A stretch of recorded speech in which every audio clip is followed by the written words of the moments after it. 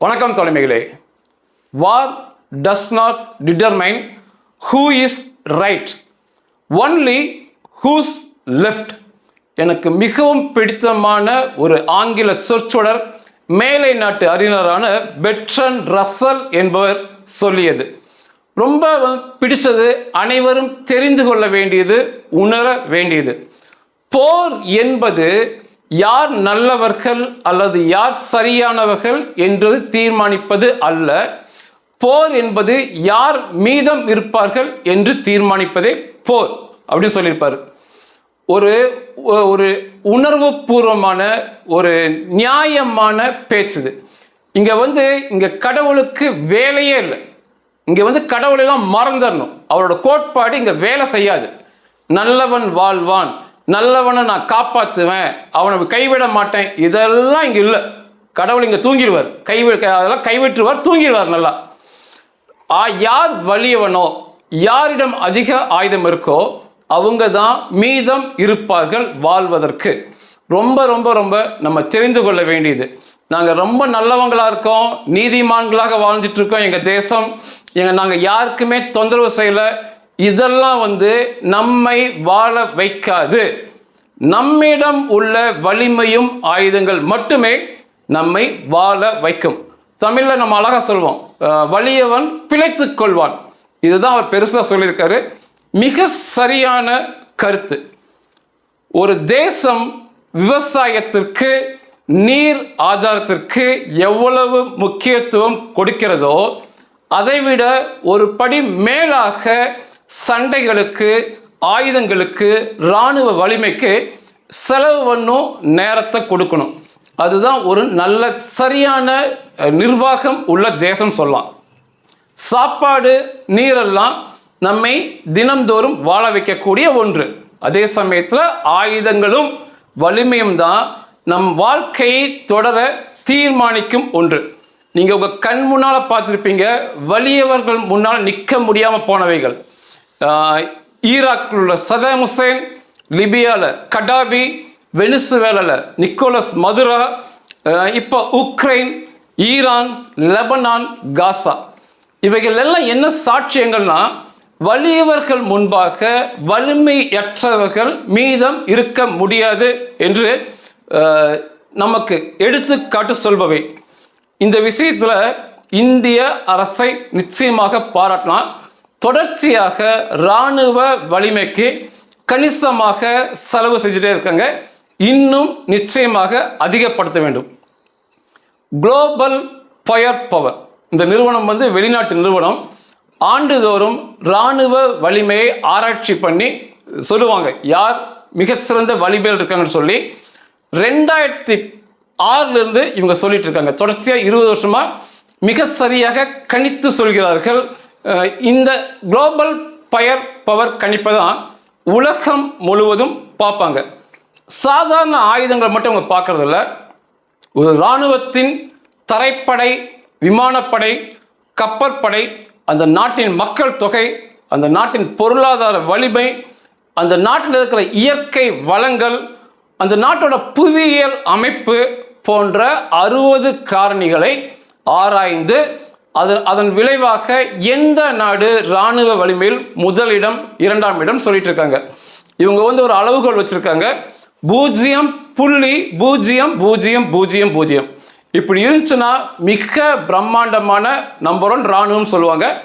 அதுலேருந்து கொஞ்சம் கொஞ்சமாக குறைஞ்சு வரத அவங்க படிப்படியாக 1, 2, 3, 4 வரிசைப்படுத்துவாங்க. அவர்களின் வரிசைப்படுத்துதலின் படி 2026 உலக தரைப்படைகளில் நம்பர் 1 இடத்துல, பக்கத்தில் யாருமே வர முடியாத இடத்துல இந்திய இராணுவம் இருக்கு. ஒட்டுமொத்தமாக பார்க்கும்போது பொருளாதாரம் மற்றும் தரைப்படை, விமானப்படை, கப்பற்படை இதை போன்றவற்றை எல்லாம் வைத்து சேர்த்து பார்க்கும்போது 4ஆம் இடத்தில் இந்திய இராணுவம் இருக்கிறது. போன வருஷத்துக்கும் இந்த வருஷத்துக்கும் பெரிதான மாறுதல்கள். அப்படியே முதல் 5 நாடுகள் அப்படியே தொடர்ந்து வராங்க. முதல் இடத்துல அமெரிக்கா இருக்கு, 0.0741 என்ற புள்ளியில் அவங்க இருக்காங்க. 2ஆம் இடத்துல ரஷ்யா இருக்கு, 0.0791 என்ற புள்ளி வாங்கியிருக்காங்க. ரஷ்யாவுக்கும் அமெரிக்காவுக்கும் பெரிய வித்தியாசம் இல்லை. இதில் இன்னொன்று முக்கியமாக கவனிக்கணும், இவங்க கன்வென்ஷனல் வாரை தான் ஆராய்ச்சி பண்ணுறாங்க. அதாவது மரபு ரீதியான போரை பார்க்குறாங்க. மரபு ரீதியற்ற அணுகுண்டுகள், ஹைட்ரஜன் குண்டுகள், வேதியியல் உயிரியல் ஆயுதங்கள் போன்ற பேரழிவு ஆயுதங்களை இவங்க கணக்கில் சேர்த்துறதில்ல. அந்த ஆயுதங்களை கணக்கில் சேர்த்துனாங்கன்னா ரஷ்யா அமெரிக்கா விட பல படி மேலே இருக்கும். உலகத்திலேயே பல வகை பேரழிவு ஆயுதங்கள், பல முறை உலகத்தை அழிக்கக்கூடிய பேரழிவு ஆயுதங்கள் ரஷ்யா கையில் இருக்கு. 3ஆம் இடத்துல சீனா இருக்கு, 0.01919 இடத்துல இருக்க என்ற புள்ளி வாங்கியிருக்காங்க. 4ஆவது இடத்துல இந்தியா வருது, 0.1346 இந்த புள்ளி இந்தியா வாங்கியிருக்காங்க. 5ஆம் இடத்துல சவுத் கொரியா இருக்கு, அவங்க 0.1642 என்ற புள்ளியை வாங்கி 5ஆம் இடம் வாங்கியிருக்காங்க. இந்த 5 நாடுகளும் ஸ்டேபிள் கண்டிஷனாக இருக்குங்கிறாங்க. ஸ்டேபிள் கண்டிஷனா போன வருஷத்துலேருந்து இந்த வருஷம் வரைக்கும் அவங்க அந்த இடத்துலேருந்து முன்னேறியும் போகல பின்னேறியும் போகல, அந்த இராணுவ வலிமையை அப்படியே அவங்க பராமரித்து வருகிறார்கள் இந்த 5 நாடுகள். 6ஆம் இடத்துல பிரான்ஸ் வருது. பிரான்ஸ் பல படி முன்னேறி வந்திருக்கு. சென்ற வருடம் முந்தைய வருடத்துல பல படி முன்னேறி இருக்கிறாங்க பிரான்ஸ் நாடு. 7ஆம் இடத்துல ஜப்பான் இருக்கு, அதுவும் முன்னேறி வரும் நாடு இராணுவ வலிமையில. 8ஆம் இடத்துல இங்கிலாந்து இருக்கு, அது பின்னே சென்று கொண்டிருக்கு இங்கிலாந்து. 9ஆம் இடத்துல துருக்கி, 10ஆம் இடத்துல இத்தாலி இருக்கு. துருக்கியும் இத்தாலியும் ஸ்டேபிள், போன வருஷத்துல இருந்த இடத்துல அப்படியே இருக்காங்க. 14ஆம் இடத்துல பாகிஸ்தான் இருக்கு, பாகிஸ்தான் பின்னுக்கு சென்று கொண்டிருக்கு, மைனஸ்ல போயிட்டு இருக்கிறாங்க. 16ஆவது இடத்துல ஈரான் இருக்கு, ஈரான் ஸ்டேபிளா அதே மாதிரி இருக்கு. 20ஆவது இடத்துல உக்ரைன் இருக்கு, இன்றைக்கு அடி வாங்கி கொண்ட உக்ரைன் இருக்கு. இதுதான் முக்கியமான தர வரிசைகள். ஏன் இந்திய அரசு இவ்வளோ பிரம்மாண்டமான முறையில் இந்திய இராணுவத்தை பராமரிக்கிறார்கள் அப்படின்னா அதுக்கு அவங்களே விட சொல்றாங்க. குளோபல் ஃபயர் பவர் என்னங்கிறாங்கன்னா, பாகிஸ்தான், பங்களாதேஷ், சீனா இந்த 3 எதிரி நாடுகளை இந்தியா வைத்துள்ளது எல்லையில். எப்ப வேணாலும் பிரச்சனைகளாக மாறலாம்.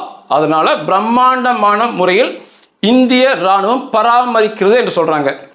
51,34,000 பேர் இயந்திர துப்பாக்கியோட இன்னைக்கு இருக்காங்க இந்தியாவில். இராணுவம், துணை இராணுவம், ரிசர்வ் இராணுவம் என்ற பெயர்ல 51,34,000 பேர் இருக்காங்க. உலகத்திலேயே படைகளில் இராணுவ வரிசையில், இராணுவ வீரர்கள் வரிசையில் இந்தியா தான் முதலிடம். இதுல பக்கத்துல கூட எந்த நாடு வரல. 2ஆவது இடத்துல ரஷ்யா வரும், 35 லட்சம் பேர் இருப்பாங்க. அப்புறம் சீனா 30 லட்சம் பேரோட இருப்பாங்க. 51 லட்சம் பிரம்மாண்டமான எண்ணிக்கையில இந்திய இராணுவ வீரர்கள் இருக்காங்க. அதற்கான விடை இதுதான். 3 பெரிய எதிரிகள், சீனா, அதுக்கடுத்து பாகிஸ்தான், பங்களாதேஷ் என்ற மிகப்பெரிய எதிரிகள் இருப்பதனால இவ்வளோ பெரிய இராணுவ வலிமையை, இராணுவ வீரர்கள் வலிமையை இந்தியா பராமரிப்பு செய்கிறது. எக்யூப்மெண்ட், அதாவது துப்பாக்கிகள் மற்றும் ஆயுதங்கள், தளவாடங்கள் வைத்து பார்க்கும்போது 46% ஆயுதங்கள் மிக நவீனமானவை. 54% ஆயுதங்கள் பழையது பாதி புதியது பாதின்னு சொல்லி சரியான கலவையில் ஆயுதங்களை இந்திய இராணுவம் வைத்திருக்கிறாங்க. தற்சமயம் மேக் இன் இந்தியா, இந்தியாவின் தயாரிக்கப்படும் ஆயுதங்களுக்கு மிகப்பெரிய அளவு முக்கியத்துவம் கொடுக்கிறாங்க. இந்தியாவுடைய விமானப்படை என்பது 2000 ஃபிக்ஸ்டு விங் மற்றும் ரோட்டரி விங் ஏர்கிராஃப்டோட செயல்படுது. ஃபிக்ஸ்டு விங் அப்படிங்கிறது சண்டை களத்தில் செயல்படும் விமானங்கள், அதுக்கு இறக்கை சுழலாது. ரோட்டரி விங் என்பது சுழலும் இறக்கை உள்ளது, சண்டை களத்தில் செயல்படக்கூடிய ஹெலிகாப்டர்கள். இந்த இரண்டும் சேர்த்து மொத்தம் 2000 நம்மகிட்ட இருக்கு. டாங்குகள், பீரங்கிகள் மற்றும் வான் எதிர்ப்பு சாதனங்கள், சண்டையிடும் சிறிய வாகனங்கள், போர் வீரர்களை கொண்டு செல்லும் வாகனங்கள், பாதுகாப்பு கவச வாகனங்கள், பொறியியல் வாகனங்கள், பொருட்களை ஏற்றிச் செல்லும் வாகனங்கள், இப்படி 44,530 வாகனங்கள் இந்தியாவில் இந்த சண்டை களத்தில் செயல்படக்கூடிய வாகனங்களா இருக்கு. நீர்மூழ்கி போர்க்கப்பல்கள், விமானம் தாங்கி போர்க்கப்பல்கள், காவல் காக்கும் கப்பல்கள் என்று 262 மூவிங் அசட், அதாவது 262 கடலில் நகரும் கப்பல்கள் நீர்மூழ்கி என்று இந்திய கப்பற்படையில இருக்குது. UAV அன்மேன்டு ஏரியல் வெஹிக்கிள், ஆள் இல்லாத குண்டு போடும் விமானங்கள் பிரம்மாண்டமானவை. இதில் இஸ்ரேல் தயாரிப்பு அதிகமாக நம்மட்டிருக்கு, 200 எண்ணிக்கையில் இருக்கு. இன்றைக்கு இந்த ட்ரோன் UAV செய்வதில் மிக பெரிய அளவு இந்தியா முன்னேறி போய்கொண்டிருக்கு. அணுகுண்டுகள் என்று எடுத்துக்கிட்டால் 90 அணுகுண்டுகள் இந்தியா வசம் இருக்கு. ஆனால் பாகிஸ்தான் 1000 இவர்களிடம் இருக்கு என்று குற்றச்சாட்டு சொல்றாங்க. 51,32,000 இராணுவ வீரர்கள், தரைப்படையில இராணுவ வீரர்கள், துணை இராணுவ வீரர்கள், ரிசர்வ் இராணுவ வீரர்கள் எல்லோருமே இயந்திர துப்பாக்கிகளை கையாளக்கூடிய வீரர்கள் இருக்காங்க. இந்த இராணுவ வீரர்கள் எண்ணிக்கை உலகத்தில் இந்தியா தான் முதலிடம். சரி, நம்ம முதலிடம் ஓவராலா ஒட்டுமொத்தமாக முதலிடம் செல்வதற்கு என்னென்ன வித்தியாசம் இருக்கு, எதில் மேம்படுத்தணும்னு பார்க்கணும் அப்படின்னா இந்தியா தான் மொத்தத்தில் உலகத்தில் முதலிடமாக இருக்க வேண்டும். அதுதான் நியாயமானது கூட. அப்போதான் இந்த பூமி பந்து சரிசமமாக இருக்கும். யாரும் போய் யாரையும் அடிக்க மாட்டாங்க. ஒரு பயம் இருக்கும், இந்தியா மிகப்பெரியது நம்பர் 1 என்று. அதற்கு என்ன செய்ய வேண்டும், என்ன வித்தியாசம் இருக்கு அப்படின்னா, சீனாவையும் இந்தியாவையும் ஒப்பிட்டு பேசும்போது விமானப்படை மற்றும் இராணுவ வீரர்கள் இந்தியாவை விட ரொம்ப குறைவு. அவங்க கிட்ட விமானப்படை சற்று அதிகமாக இருப்பாங்க. அது மிகப்பெரிய அளவு வித்தியாசப்படுத்தாது. மிகப்பெரிய வித்தியாசம் எங்கே வரணும்னா, சீனாவின் கடற்படை 841 போர்க்கப்பல்கள் அவங்ககிட்ட இருக்கு. 841. நம்ம கிட்ட 200 சில்லர் இருக்கு. பிரம்மாண்டமான எண்ணிக்கையில் சீனர்கள் தங்களுடைய கடற்படையை பராமரித்து கொண்டிருக்காங்க. உலகத்தில் கடற்படையில் முதலிடம் வகிப்பது சீனா தான். எண்ணிக்கையில் கடற்படையில் உள்ள அந்த அவர்கள் போர்க்கப்பல்கள், விமானம் தாங்கிகள், நீர்மூழ்கிகள், இந்த எண்ணிக்கையில் எடுத்தால் மிக பிரம்மாண்டமான எண்ணிக்கையில் சீனா இருக்காங்க. அந்த அளவுக்கு இந்திய கப்பற்படை வளரும் போது நம்ம சீனாவை முந்தி செல்லலாம். 2ஆம் இடத்துல இருக்க ரஷ்யாவை மிந்தி செல்லணும்னா 4300 போர் விமானங்கள், ஹெலிகாப்டர்கள், சண்டை களத்தில் செயல்படக்கூடிய பறக்கும் சாதனங்கள், மிக பிரம்மாண்டமான எண்ணிக்கையில் ரஷ்யா கிட்ட இருக்கு. அவருடைய கப்பற்படையுமே 747 கப்பற்படையில் 747 போர்க்கப்பல், நீர்மூழ்கி போன்ற பிரம்மாண்டமான ஆயுதங்கள் அவங்க வச்சிருக்காங்க. இதை விட மிக முக்கியமானது பேரழிவு ஆயுதங்கள் ரஷ்யா இருக்கிறதுக்கு. நம்மகிட்ட 90 இருக்குன்னு சொல்லி உலக நாடுகள் சொல்லும். பாகிஸ்தான்லேருந்து 400 இருக்குன்னு சொல்லுவாங்க, 1000 இருக்குன்னு சொல்லுவாங்க. ஆனால் உலகம் ஒத்துக்கொள்வது 90. அதே சமயத்தில் ரஷ்யாவில் தெரிந்தே 6000க்கு மேற்பட்ட அணுகுண்டுகள், பிரம்மாண்ட அணுகுண்டுகள், அதுவுமே உலகத்திலேயே பேர் அழிவை தரக்கூடிய மிக பிரம்மாண்டமான அணுகுண்டு எல்லாமே ரஷ்யாட்ட தான் இருக்கு. அது போக வேதியியல், உயிரியல் ஆயுதங்கள், அந்த குண்டெல்லாம் அவங்க உபயோகப்படுத்தினாங்கன்னா ஒரே ஒரு உயிரினம், மனிதன் மட்டுமல்ல கால்நடை உட்பட ஒரே ஒரு உயிரினம் அந்த குண்டு விழுகும் இடத்துல உயிரோடு இருக்க முடியாது. அந்த மாதிரி பேரழிவு ஆயுதங்கள் கப்பற்படையிலும் பிரம்மாண்டம், விமானப்படையிலும் மிக பிரம்மாண்டமாக ரஷ்யா இருப்பாங்க. இதையெல்லாம் மீறும்போது தான் நம்ம ரஷ்யாவை மீற முடியும். ரஷ்யாவின் இராணுவ வீரர்கள் எண்ணிக்கை இந்தியாவை விட குறைவு. முதலிடம் வகிக்கும் அமெரிக்காவை முந்தி செல்லணும். என்னென்ன பண்ணும்? அமெரிக்காவில் இராணுவ வீரர்களுடைய எண்ணிக்கை கணிசமாக இந்தியாவை விட குறைவு. ஆனால் அவர்களுடைய விமானப்படையின் எண்ணிக்கை, விமானப்படையில் 13,032 விமானங்கள், சண்டையிடும் ஹெலிகாப்டர்கள், சண்டையிடும் போர் விமானங்கள் சொல்லி மிக பிரம்மாண்டமான எண்ணிக்கையில் வைத்திருப்பது அமெரிக்கா. 13,032 இருக்கு. அதுமே எல்லாமே மிக நவீனமானவை, பேரழிவை தரக்கூடிய போர் விமானங்கள், பிரம்மாண்ட போர் விமானங்கள்லாம் அவங்க வச்சுக்கிட்டு இருக்காங்க. நம்மிடம் 2000 இருக்கு, அவங்ககிட்ட 13,000 இருக்கு. அவங்களுடைய கப்பற்படையுமே வித்தியாசமான கப்பற்படை. 465 எண்ணிக்கையில் அவங்ககிட்ட போர் கப்பல்கள், நீர்மூழ்கி கப்பல்கள் அமெரிக்காவில் இருக்கு. உலக எண்ணிக்கை தரவரிசையில் 3வது இடத்துல வரும். ஆனால் டன்னேஜில் இவங்க தான் முதலிடம் வருவாங்க.